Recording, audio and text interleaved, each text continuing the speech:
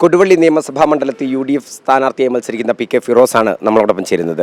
ഫിറോസ്, കൊടുവള്ളി എന്ന് പറഞ്ഞു കഴിഞ്ഞാൽ തന്നെ UDFൻ്റെ ഒരു ഉറച്ച മണ്ഡലം എന്നുള്ളതാണ് ആളുകൾക്ക് കേൾക്കുന്ന സമയത്ത് തന്നെ.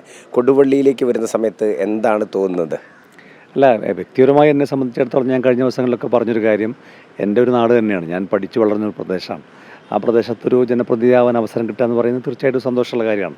പിന്നെ ഞങ്ങളെ സംബന്ധിച്ചിടത്തോളം പ്രത്യേകിച്ച് പാർട്ടിയുടെ ഒരുപാട് മുതിർന്ന നേതാക്കന്മാർ, വളരെ പ്രഗത്ഭരായിട്ടുള്ള നേതാക്കന്മാർ ജനപ്രതിയായിട്ടുള്ള ഒരു മണ്ഡലം കൂടിയാണ്. അഹമ്മദ് സാഹിബ് മുതൽ ഏറ്റവും ഒടുവിൽ ഡോക്ടർ MK മുനീർ വരെയുള്ള ഒരു നിര പരിശോധിച്ചാൽ വളരെ പ്രഗത്ഭരായിട്ടുള്ള ആളുകൾ. അപ്പോൾ അവരുടെ ഒരു പിന്മുറക്കാരൻ എന്ന രീതിയിലൊരു യുവ ജനപ്രതിനിധിയായി പാർട്ടി മത്സരിക്കാൻ അവസരം നൽകുക എന്ന് പറയുന്നത് വ്യക്തിപരമായി വളരെയധികം സന്തോഷമുള്ളൊരു കാര്യമാണ്. പിന്നെ നമുക്ക് ഒരുപാട് കാര്യങ്ങൾ, ഇപ്പോൾ നമ്മളെപ്പോഴും പറയുന്നൊരു കാര്യം, ഒരു ഇൻക്ലൂസീവായ ഡെവലപ്മെൻറ്റ് ഓരോ പ്രദേശത്തും കൊണ്ടുവരണമെന്നാണ്. അപ്പോൾ നമ്മുടെ നാട്ടിൽ തന്നെ അത്തരം ഒരു മാറ്റം കൊണ്ടുവരാൻ നേതൃപരമായ പങ്ക് വഹിക്കാൻ സാധിക്കും എന്ന ഒരു ആത്മവിശ്വാസം, അതും എന്നെ സംബന്ധിച്ചിടത്തോളം വലിയ സന്തോഷം പകരുന്ന കാര്യമാണ്.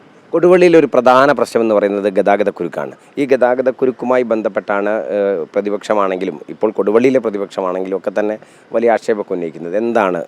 അതായത് നമ്മുടെ കേരളത്തിൻ്റെ ഒരു പ്രത്യേകത, ഇപ്പോൾ മറ്റ് രാജ്യങ്ങളെ പോലെ, ഇപ്പോൾ മറ്റ് വിദേശ രാജ്യങ്ങളിലൊക്കെ പോയാൽ കാണുന്ന ഒരു റോഡിൻ്റെ ഇൻഫ്രാസ്ട്രക്ചർ നമുക്ക് കാണാൻ സാധിക്കില്ല. കാരണം മറ്റു പല സ്ഥലങ്ങളിലും ആദ്യം റോഡ് വന്നിട്ടാണ് പിന്നെ മനുഷ്യരവിടെ താമസിക്കാൻ ചെല്ലുന്നത്. നമ്മുടെ നാട്ടിലെ സ്ഥിതി, മനുഷ്യർ താമസിക്കുന്നിടത്തേക്ക് പിന്നീട് റോഡ് വരികയാണ്. ഇടവഴികൾ പിന്നീട് റോഡായി മാറി, പിന്നെ കുറച്ചുകൂടി വലുതായി, അങ്ങനെ മാറുന്നത് കൊണ്ട് തന്നെ ഗതാഗതക്കുരുക്ക് നമ്മളെ നിത്യസംഭവമാണ്. പക്ഷേ അതിന് ശാശ്വതമായ പരിഹാരങ്ങൾ ഉണ്ടാവണം, ഫ്ലൈ ഓവറുകൾ ഉണ്ടാവണം. ഇപ്പോൾ പലയിടത്തും പറയാറുണ്ട് മെട്രോ വേണം, മോണോ റെയിൽ വേണം എന്നൊക്കെ പറയാറുണ്ട്.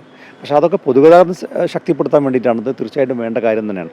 പക്ഷേ കേരളത്തിന് പുറത്ത്, ഇപ്പോൾ തമിഴ്നാട്ടിൽ പോയാൽ, ചെന്നൈയിൽ പോയാൽ, ബാംഗ്ലൂർ പോയാൽ എത്ര ഫ്ലൈ ഓവറുകളാണ് ഓരോ സിറ്റിയിലും നമ്മൾ കാണുന്നത്. പക്ഷേ നമ്മുടെ നാടുകളിൽ അത്തരം ഫ്ലൈ ഓവറുകൾ നമുക്ക് കാണാൻ സാധിക്കുന്നില്ല.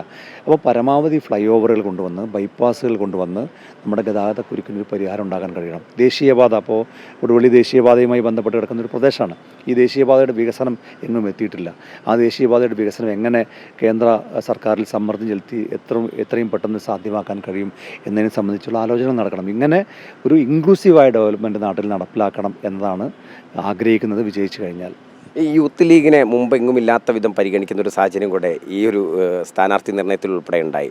എങ്ങനെയാണ് നോക്കിക്കാണുന്നത്?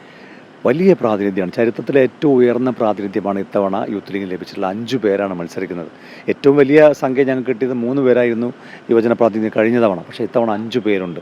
ഇപ്പോൾ കൊണ്ടോട്ടിയിൽ TP അഷ്റഫ് അലി മത്സരിക്കുന്നു, ഫാത്തിമ തലിയ പേരാമ്പ്രയിൽ മത്സരിക്കുന്നു, കോഴിക്കോട് സൗത്തിൽ ഫൈസൽ ബാബു മത്സരിക്കുന്നു, ഞാൻ കൊടുവള്ളിയിൽ മത്സരിക്കുന്നു, അതുപോലെ PK നവാസ് താനൂരിൽ മത്സരിക്കുന്നു. 5 പേരെയാണ് പാർട്ടി പരിഗണിച്ചിരിക്കുന്നത്. അത് കഴിഞ്ഞ ലോക്കൽ ബോഡി ഇലക്ഷനിൽ പാർട്ടി യുവജന പരീക്ഷണം നടത്തിയപ്പോൾ കിട്ടിയ ഒരു മികച്ച റിസൾട്ട് അതായിരിക്കണം ഇത്തരം ഒരു പരിഗണനക്ക് കാരണമായത് എന്നാണ് ഞങ്ങൾ വിചാരിക്കുന്നത്. തീർച്ചയായിട്ടും പാർട്ടി നൽകിയിട്ടുള്ള ആ പരിഗണന, ഞങ്ങളിൽ അർപ്പിച്ച വിശ്വാസം, അത് പൂർണ്ണമായും നിറവേറ്റാൻ കഴിയുമെന്നാണ് ഞങ്ങൾ വിചാരിക്കുന്നത്. എന്തായാലും കൊടുവള്ളിയിൽ മികച്ച പ്രകടനം കാഴ്ചവെക്കാനാവട്ടെ, എല്ലാവിധ ആശംസകളും.